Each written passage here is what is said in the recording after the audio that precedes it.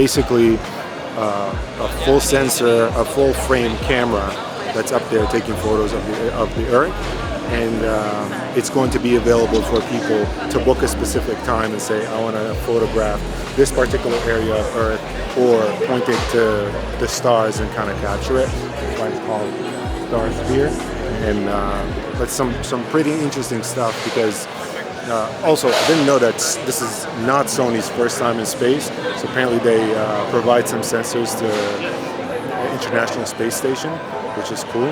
But here, I'm gonna try to interview somebody and see if they could give me like a quick brief.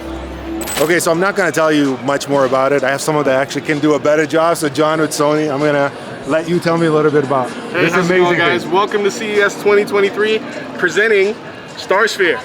So our STARSPHERE satellite went live yesterday. It was actually launched yesterday out of Florida.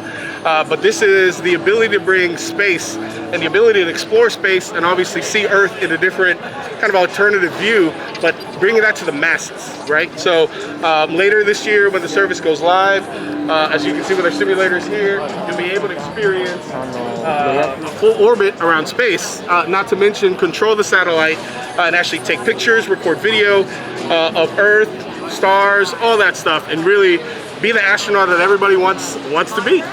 Amazing. So, and then, so you're saying it's going to be available for the public. Yes. Do we have a timeline on where it's going to be available? Timeline hasn't been announced yet. Okay.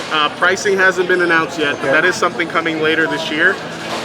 We don't have a hard date, unfortunately, Okay. but yes, That's later this year will be launched. I mean, it was launched yesterday. So. Was just launched yesterday. Okay, yes. so who would you say this is for? Like the first early adopters, who would be people that would be interested in this? So I'm looking at it, I'm a little biased, I guess, because I'm looking at it from my lens. Okay. So I'm looking at it from my perspective as a dad. Okay. This is a good opportunity to teach my kids about space. Like I'm actually from Houston, so we visit Johnson Space Center quite often. Actually, annual member, so we're there quite often. So this is just kind of being able to experience that, but in a different way. Got it. Right now they don't just have to look at the rockets, right? Look at mission control, all that stuff. They can be the astronaut in space and experiencing it themselves. Okay, and then if you tell me a little bit about the user experience, so how are we? Let's say I have access to it. What am I doing? Yeah, so you have full control of the satellite. Once the services come out, you'll be able to fully control the satellite. It orbits the Earth, I believe, once every about 90 minutes or so. Trying to get you in a better light. Absolutely, yeah. Right. So about once every 90 minutes or so, it does one complete orbit. But once you're controlling the satellite, you have full control. Control, tilt, all that stuff. You can control everything. And are you controlling it like real time? In real time, absolutely. Wow. In real time. Okay. Yes.